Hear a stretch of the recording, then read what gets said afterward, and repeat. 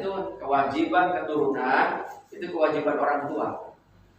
Ya, dan anak itu tergantung didikan orang tua. Al-waladu yuladu 'alal fitrah ila abawaini yuhawidan yumajisani yunasir. Anak itu tergantung orang tua. Apa yang didoktrinkan? Doktrin ini kadang seringkali persepsinya negatif. Dan lihat, ada orang nggak yang berani meledakkan tubuhnya dengan bom bunuh diri? Ada ya? Pernah dengar ya? Itu hasil doktrin. Dia mau dikasih nasihat kayak apapun, kalau doktrin udah masuk, Pak, itu nggak akan bisa berkembang. Dan kalau doktrin sudah masuk, itu namanya alam bawah sadar. Kalau alam sadar itu masih mikir, Pak. Kita nih lihat, kalau kita nih sampai jam 10 belum makan, alam bawah sadarnya pegangin apa? Perut. Dengar itu alam bawah sadar.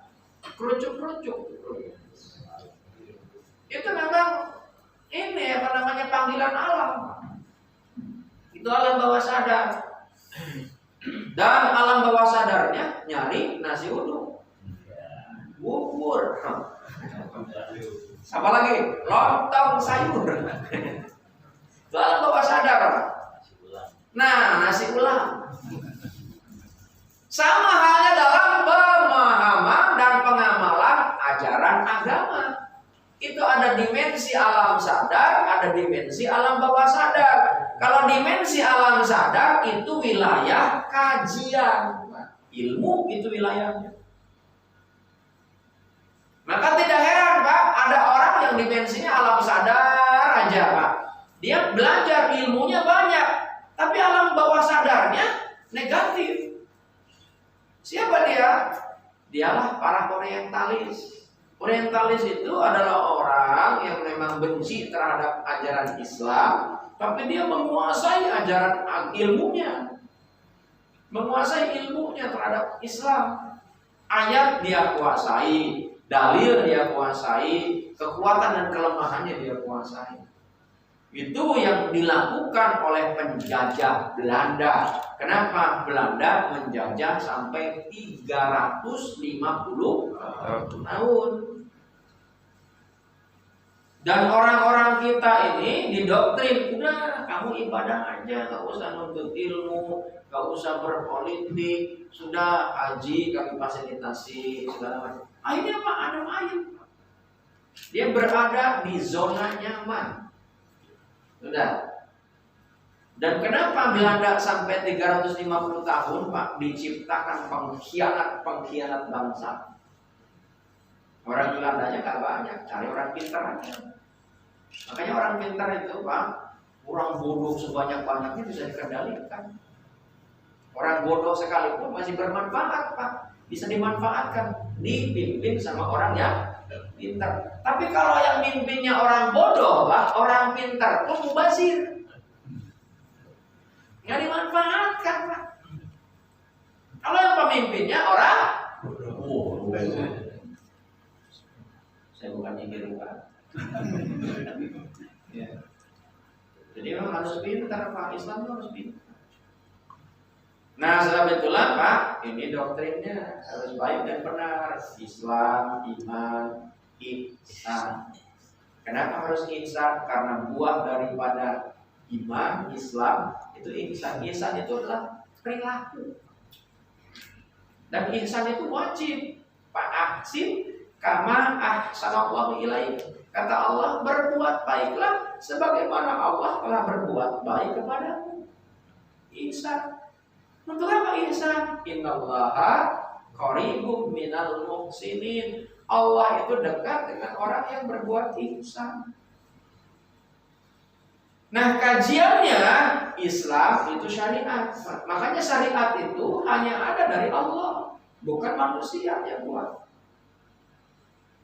Kalau iman, wilayah kajiannya apa? Akidah. Akidah itu banyak.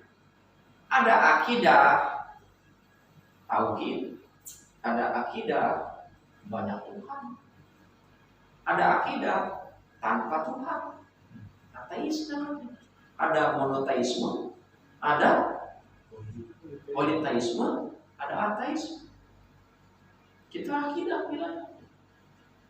Makanya kaitan dengan akidah ini kajian. Ya. Kalau Islam akidahnya apa? Islam akidahnya apa? Bingung kan?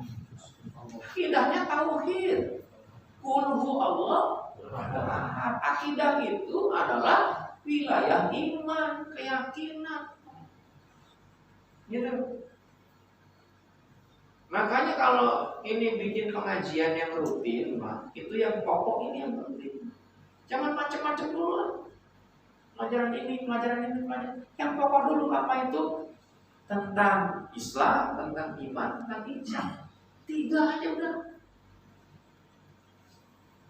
Itu diperkuat. Makanya kalau orang dulu itu sifat 20 itu pelajaran tauhid itu.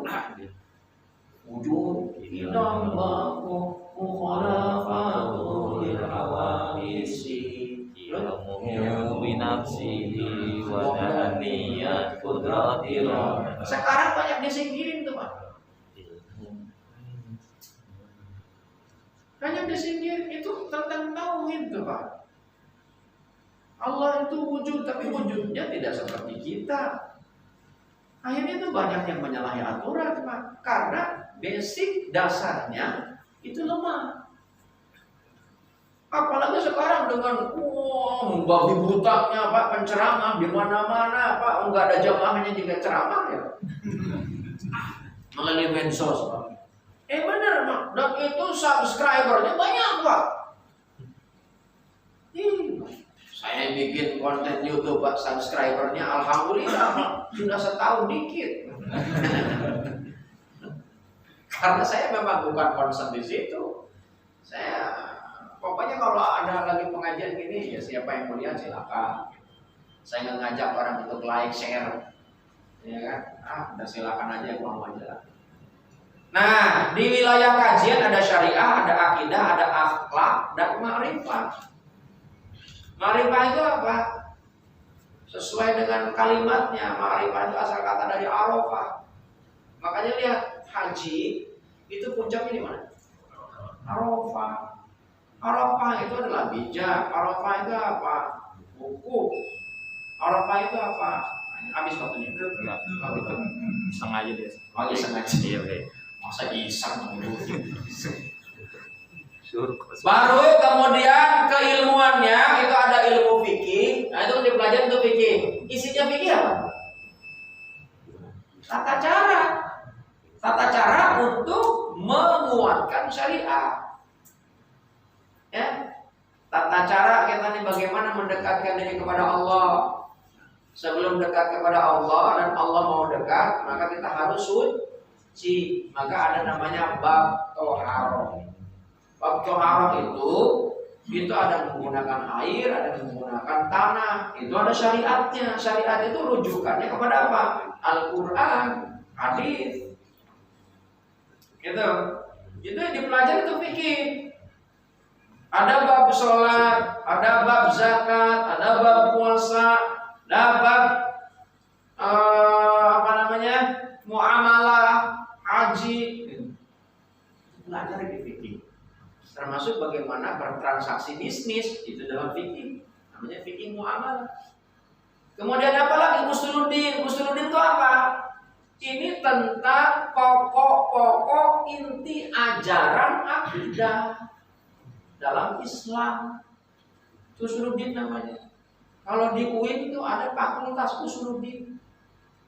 Itu yang dipelajari pokok-pokok. Nah, saya dulu kuliahnya fakultas usuluddin, tapi ngambil jurusannya penyiaran, ya, penyiaran Islam, ya, komunikasi dan penyiaran Islam.